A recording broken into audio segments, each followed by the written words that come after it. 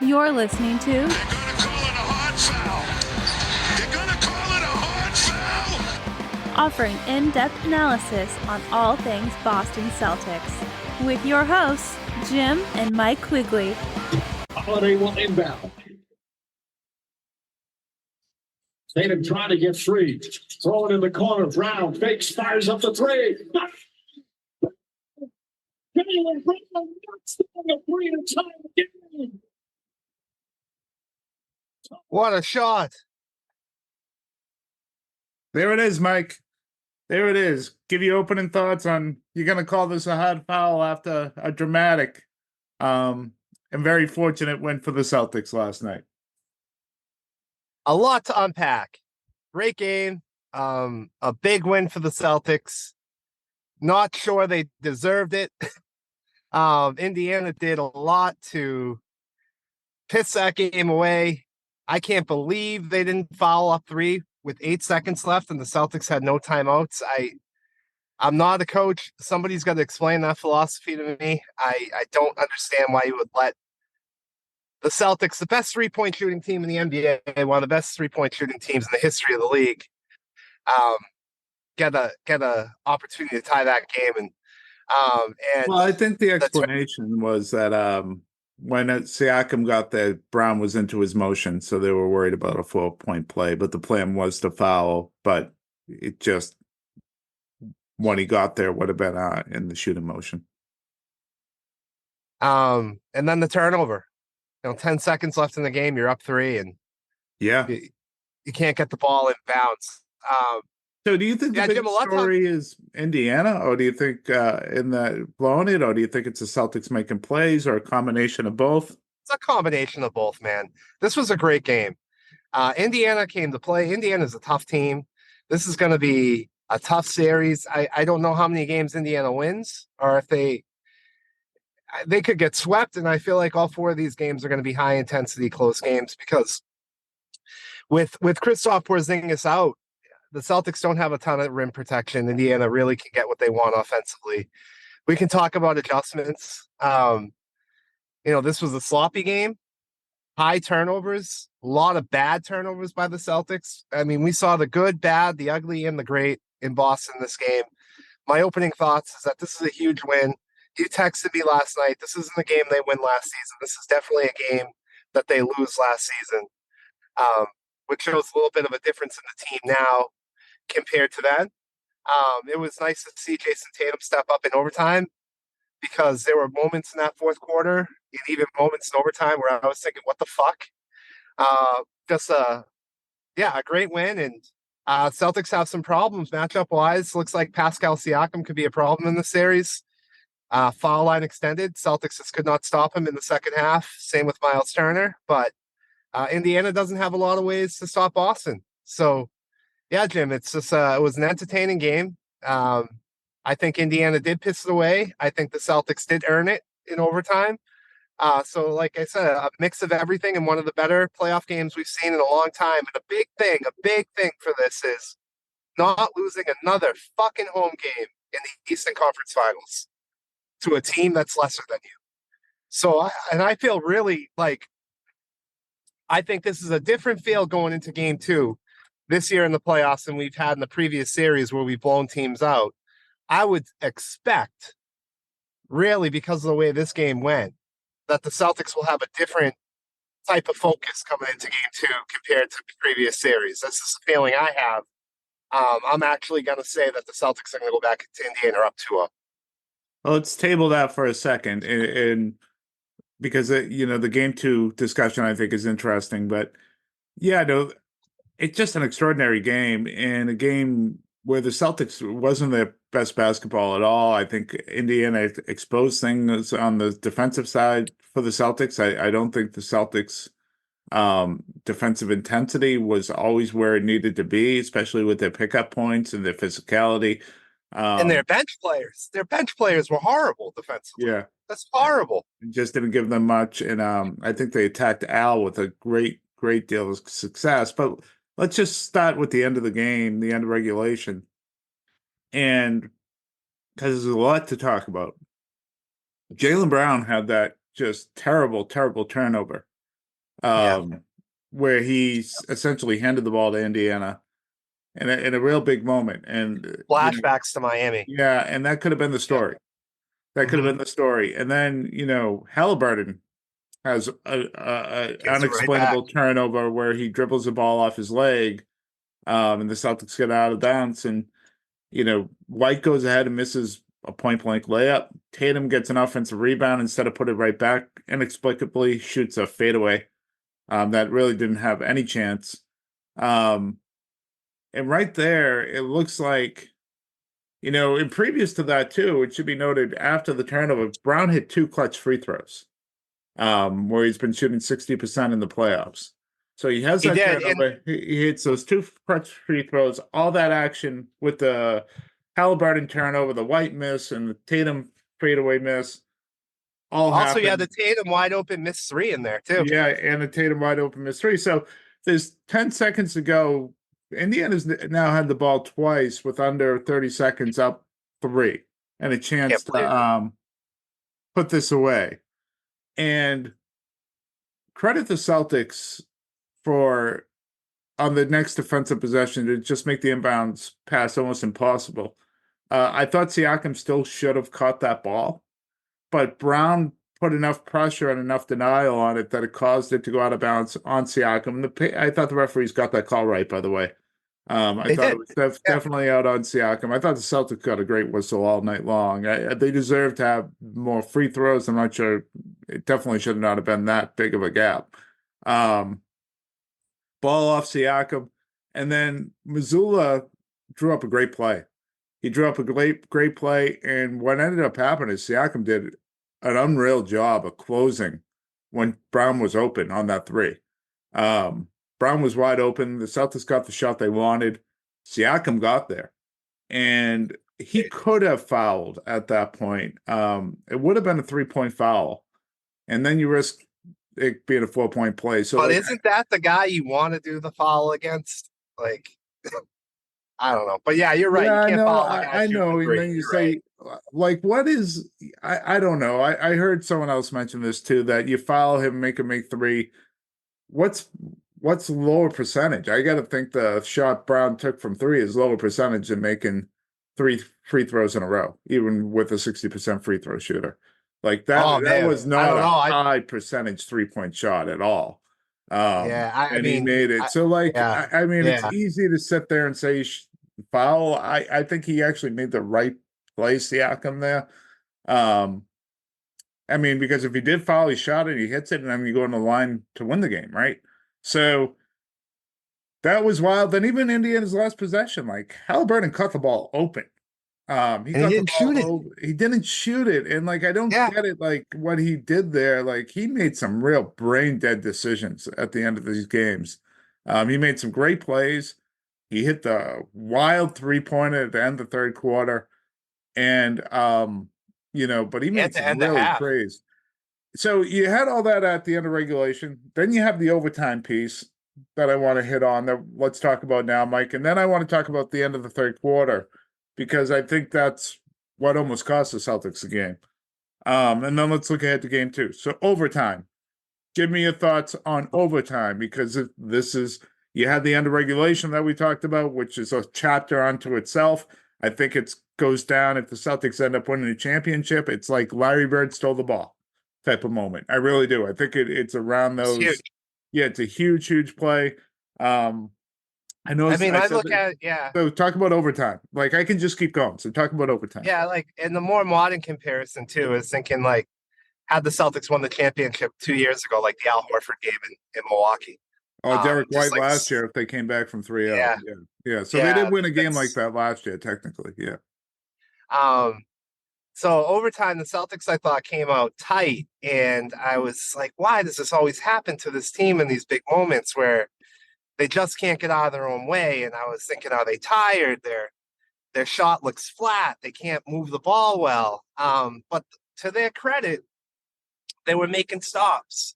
They were making stops at the beginning of that overtime. Was amazing. Yeah. Yeah, and that kept them in the game.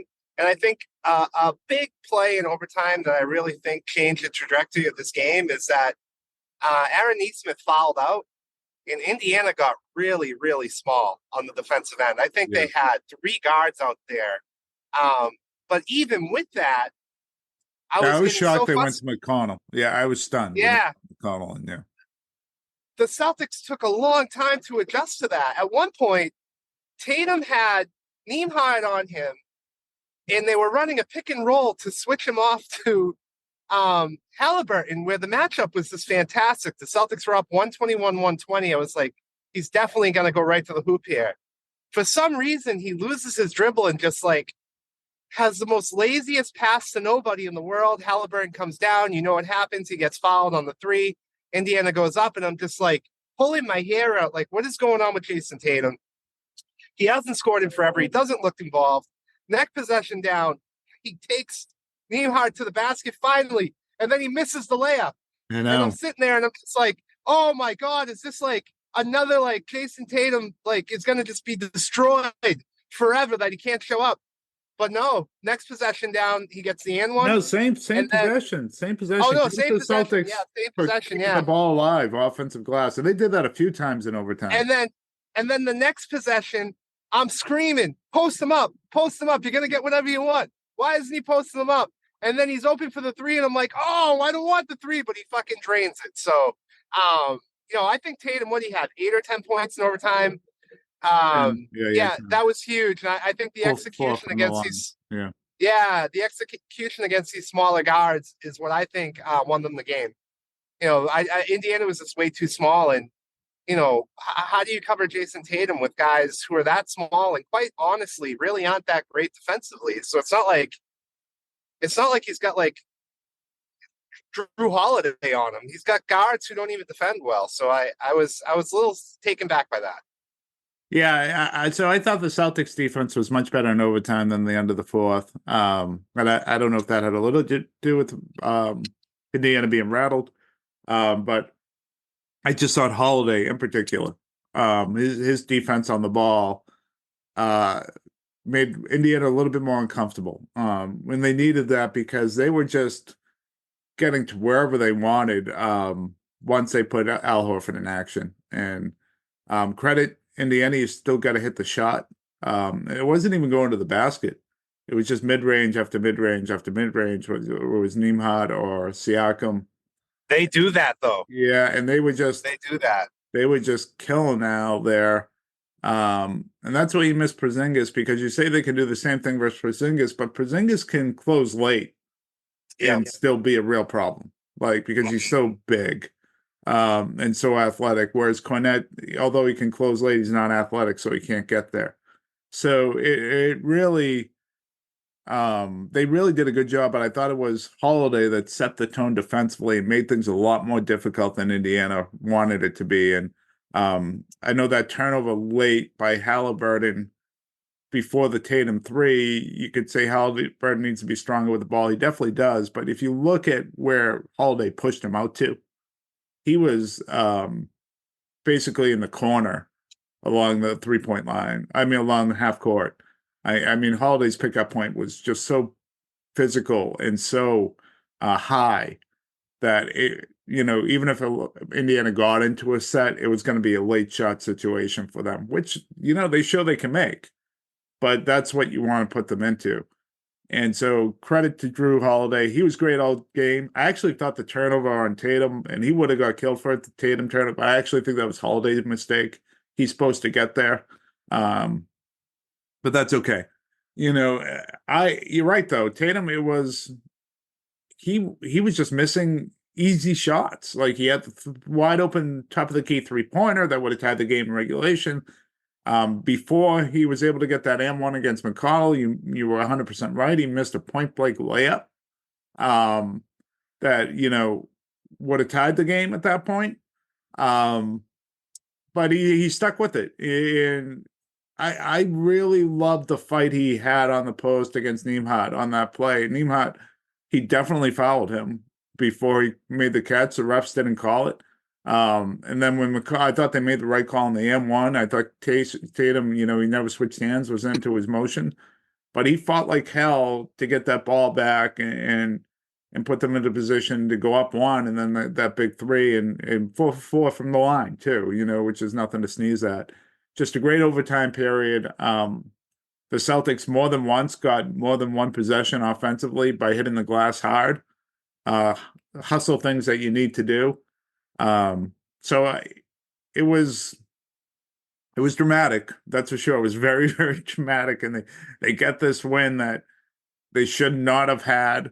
I mean, if you just go back to the end of regulation, credit Rick Carlisle for his post-game interview for, the play before the deflection out of bounds that led to the Brown three, for saying, I just should have called a timeout and advanced the ball. And we hit one free throw and we go home a winner. He's right. Yeah, it's true. He should have done that. They didn't. So that's what ends up happening. Now, Mike, we're all over the place here. We went from the end of regulation to overtime. I want to go back to the end of the third quarter because I think this is what almost cost the Celtics the game. To me, this is what I had circled. If they lost this game, this was it for me. And I know there was points in the fourth quarter where they were up 4 or 5, and Indiana came back and took the lead, and you could look at things there, but they were up 13. And 12, I forget, 13 and 12, whatever it was. And Tatum goes to the bench with I think it was 2:45 to go. He went to the bench after that awful. He had that awful turnover and then the missed layup, and then Missoula called the timeout. He went to the bench and they were up 8 at that point. Yeah, and he went up 8. I thought he went up. Was it 9? Because they were up 12 when he went to the bench. I thought. Are you sure? Because he had that turnover, and then Indiana came down. We were up. I thought we were up at 11 at that point where we had the turnover. Indiana came down, and they had like 3 offensive rebounds. No, because when I said to you, this is such a key moment, they were still up double digits. Okay. Yeah, so they were at least up double digits when he went to the bench, and he had played a really strong. I know he made a bad turnover, but he played a really strong third quarter, getting to the line multiple times, facilitating the offense. And the bench, as you mentioned, and Jaylen Brown too. That was a real bad span for Jaylen Brown, I thought. And otherwise, pretty remarkable game from him. So it was the bench. It was Cornette. No, it wasn't Cornette. It was Horford, Brown, Pritchard, Holiday, and Hauser. And Hauser, I mean, he kind of forced up a 3 that he missed. He had a real bad offensive foul, which was clearly a foul on the screen. You can't extend your arms. Made no sense to do it. Pritchard took a bad early 3 in the shot clock, and then defensively, they just could not handle Indiana. Indiana got whatever they want. There was no ball pressure. There was no resistance at all for that last 3 minutes. And the basketball games gods have a way of saying screw you. And Halliburton with, he already hit 1 at the end of the half, which was a deep prayer to end the quarter. And then to end the quarter in the third, that running 3 off the glass, back of the rim, spin around and in to tie the game or to put them within 1, whatever it was. I think it was to put them within 1. The Celtics kind of deserve that with the way they closed.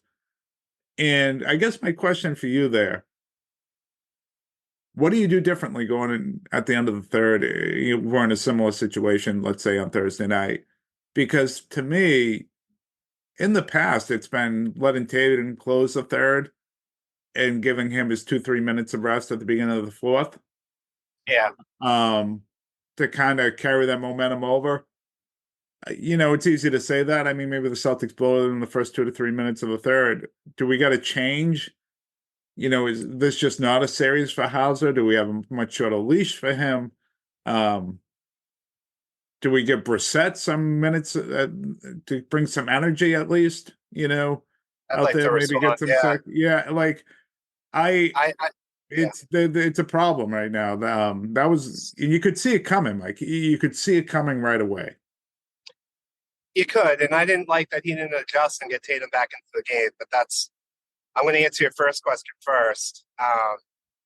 As far as how he handles the end of the third quarter, I always liked the way we've done it, where Tatum played out the third and we try to carry that big lead over.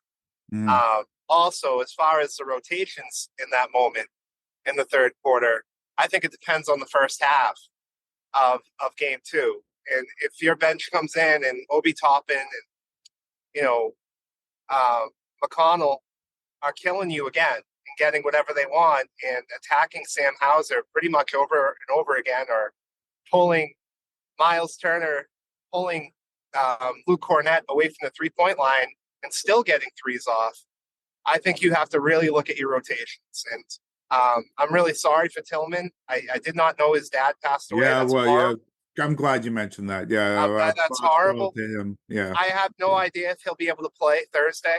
Yeah. Obviously, if he does play Thursday and he's ready to go, that's a guy you look at maybe giving a shot at. If I'd still trust Cornett one more time in the first half to see. He played well in the third quarter. Cornett did. Yeah. And as far as Sam Hauser goes, my guy's not Brissett. I think Brissett doesn't give you a lot defensively. I think he gives you energy, but on the offensive end, he gives you nothing. I think there's another player on that bench who's the best, could be the best on-ball defender in the team. He could be the best on-ball defender in the series. I think I'd go to Springer, and I would consider going small with Tatum at the 5. If they're going to be killing Al Horford and they're going to be killing us foul line extended with Siakam and Miles Turner, consider putting Tatum and Brown on those two and Springer on Halliburton and seeing what that looks like. Because what happened last night was they were just attacking the same guys over and over again. And now if Hauser comes in, he's hitting threes. That negates everything. But if he's not, maybe it's, for me, I would go with Springer over Brissett. That's what I would do. Yeah, no, I mean, but talk about a guy that gives you nothing offensively. It's Jaden Springer. But same with Brissett, though. Brissett, well, at least he gives you offensive rebounds and, that type of Springer stuff. does, too. Yeah, it's not a lot of great options, I think, is what if we're talking about Jaden Springer and Brissett. The other thing, I thought maybe they should have applied there. The thing that got the defense going, Mike, is they went zone. It got Cornett in a comfortable place. It really confused Indiana a great deal. Missoula deserves a lot of credit because, that's something we would watch during the year. Why do they stay in this? They're getting killed. We would bring that up over and over again. And that's why they went into it all season long. That's why they were willing to get killed in it all season long for moments like last night. And like, I get it that maybe Missoula thinks we went to this as long as we can. Indiana's going to figure this out. We got to go back to man. But maybe in those 3 minutes when you were getting, annihilated, maybe that would have been made a little sense to go back to that for the final 2 minutes or whatever and, change Indy's rhythm. And maybe that makes sense when you go to your bench lineup. And they have to adjust to the bench because I think that's what got Indiana back in the game in the first half and the second half was their bench play compared to the Celtics bench play, which was just a 0 on both ends. In Indiana, Toppin and McConnell were just killing the Celtics, killing. So it didn't feel that way it didn't feel that way to stop because Pritchett had 8 quick points at the beginning of this game where you thought he was going to have a great game. And I thought he was brutal in the second half. The bench needs to be better. The bench needs to be better and the defense needs to be better. Those are the two big things. And look, there isn't a lot of ways that, it might drive people. They could try some zone again. But outside of that, there isn't a lot of ways to help Al in that drop coverage. He's 38 years old. He's closing out the best he can. It's not an effort thing with him at all. He's giving it everything he has. The way you try to improve it is you just have to have better ball pressure. You need to fight around it a little bit better. The thing is, if you're late on a screen, like slipping the screen, if you're fighting over and they just have an inch to kill you on that switch, they're doing it. And they're so good exploiting that. So there is a lot of danger to trying to fight over the screen against Indiana. They're just so talented offensively. But if you can put a little bit more ball pressure and make this a little more late in the clock situation, sometimes that just speeds guys up a little, right? and they Yep. rush their shot just a little bit more, and all of a sudden you get a miss that you weren't going to get. And I don't think the Celtics ball pressure was really great for most of the second quarter and a lot of the fourth. I thought it was much better in overtime. I don't know. Like they played good defense, great defense, maybe 40% of the time or something like that last night. It wasn't spectacular. So that needs to be improved to me. The bench, you got to get something more to match Indiana's bench, or you just need Tatum to be even better. You need Brown to be even better to make up for that. And you need another guy, Mike. I think there's room for improvement. I didn't think this was Derek White's best night. I thought he was careless with the basketball. I thought he had some kind of weird bad fouls. I just didn't think it was his best game all the way around. Yeah, I would agree with that. I would definitely. I mean, the turnovers in general, they were just too sloppy. 16 turnovers, that cannot happen. And a lot of those turnovers were unforced. Really, like cross-court passes, stupid shit. Just didn't understand it. I don't know. I hope that's a one-game thing. You know, they had a lot of time off too, Jim. And I do wonder if their legs were gone a little bit in this game in the fourth quarter. Maybe because they only had 4 at halftime. You know, so yeah, that's a good number. You know, if you 4 at halftime, 8 for the game, that's a good number. But there were a lot of live ball turnovers, which is against a team that's this good offensively is not good. And one point I want to make that Missoula has in his back pocket. He played Tatum at the 5 against Indiana in the regular season. Yeah, in the game this year, and it worked not out for great. a long time, but he did. Yeah, yeah. It's something to consider. Especially, I think we've seen Siakam always win his matchup against bigs. I don't think he does well against wings when they cover him. No, Brown's done a great job against him in the past. And he had that big steal last night against him in crunch time and in overtime. I don't know who Brown was primarily on last night. Like, if Brown's not on Halliburton, then I want him on Siakam. Like, I feel like Brown should be on one of the best players. Yeah, so it comes down to, Mike, though, it's the way Indiana plays and the Celtics switching, they just getting Siakam on out.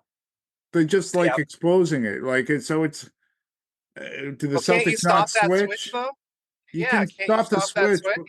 You can, but like I said, Indiana's so good at slipping it then. Like I think because Al's in there, I mean you could try to stop the switch and see how Indiana reacts.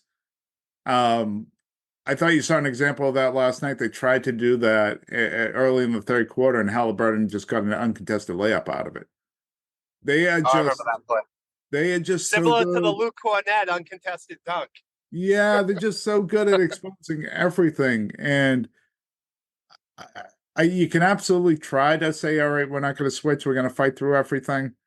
You're going to leave other things open. They need to get better in their principles. Indiana's really good offensively, but you can't let them be that comfortable.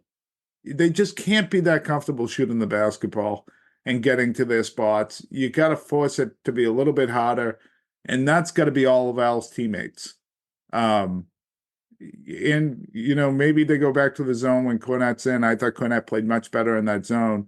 And again, like, we can beat up on Cornette, but his limitations are what they are. And you got a guy like Miles Turner that can shoot the 3 and drive and do different things. And Cornette's trying to figure out whether he plays up on him or plays off of him. And whatever he does, he's kind of screwed. That's just not going to work. So and Turner's confidence seemed to go up when Cornette was in the game. And same with Toppin. Like, their confidence with Hauser and Cornette was like, that was the game plan. We are going to attack these guys. So that's tough. That's tough for Cornette and Hauser. Like, that's really tough going into game 2. You know what's going to happen. Like, it's on you. And if you can't do it, somebody else is going to have to. So that puts them in a tough spot, and I hope they respond. Well, Hauser can be better. That's the thing. Yeah. Like, so Hauser, we know, can be better. He's a solid defender. I think he gets picked on kind of unfairly, even by teams going after him. He's a white guy. Yeah, he's a pretty solid defender, and he needs to make shots. He needs to have better shot selection. He can't have like a turnover on an offensive foul like he had. He just needs to be better. And so I feel like the Cornet limitations, I don't know how you improve on him, Mike, in this series. Like, it's just like he's limited, like, on what he can do in those. This isn't like Miami, where it was kind of the perfect matchup for him. This is a much harder, much more difficult matchup for him. One thing he can control, though, Jim, is he's always been a really good finisher at the rim all regular season. And the playoffs, he hasn't been. I don't know. He's got to finish those and ones. He's got to finish those shots at the rim. That's something that he can control. His free throw shooting's been amazing for the most part. But yeah, you're right with the M1 finishes. So I got 2 questions for you. Sure. One of them is related to Luke Cornett. He had that, uncontested dunk last night, running back on D with a big smile on his face. Is there a player in the NBA that plays with more joy than Luke Cornett? Oh, I don't know. That guy loves basketball. I don't know. Halliburton. I love his attitude. Halliburton plays with a lot of joy. He sure does. Yeah. After he hit that shot on the 3, his reaction and everything. I mean, if you're an Indiana fan, you just gotta love that guy. So true. Good point. Yeah, Halliburton plays with a lot of joy. No, that was cool. There was just a ton of emotion for both teams last night. I don't think you can sit there and say either team lacked a proper emotion or fight. No, they came to play. Yeah, just more of the Celtics. Someone on Twitter called, every series they have a CTE game, which I thought was funny in the playoffs. And this was kind of their CTE game in a lot of ways. Like, they just get away from their principles. They get away from what made them the number 1 defense in the league. And it's maddening. Yeah, I feel like when the Eastern Conference Finals comes, like, the CTE games, like, just put on steroids. Yeah. I don't know. And they're not on the road. They're not on the road. Road games in the Eastern Conference Finals, they turned into the fucking 97 Chicago Bulls. But home games in the Eastern Conference Finals, it's like watching the Rick Pitino Celtics sometimes. Yeah, maybe they get too comfortable. I don't. But God, I needed to stop. My second question for you, Jimmy, is there anything more stressful than a Tony Brothers signaling to a Celtics timeout in a big moment? Because every time he does it, it looks like he's calling an offensive foul.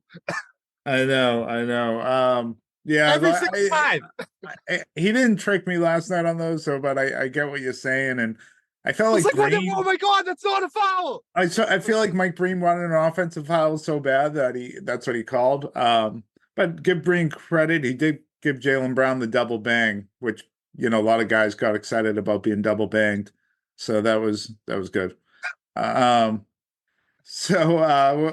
Hey, game 2. Those are your 2 questions, right? So game 2, what do you like? Let's close this pod out. What are you expecting? What are you hoping for? Like, what do you see for the rest of the series now, Mike? I'm expecting in the first quarter for Indiana to actually kind of come out and take that. I don't think as dramatic as like a 12-0 lead.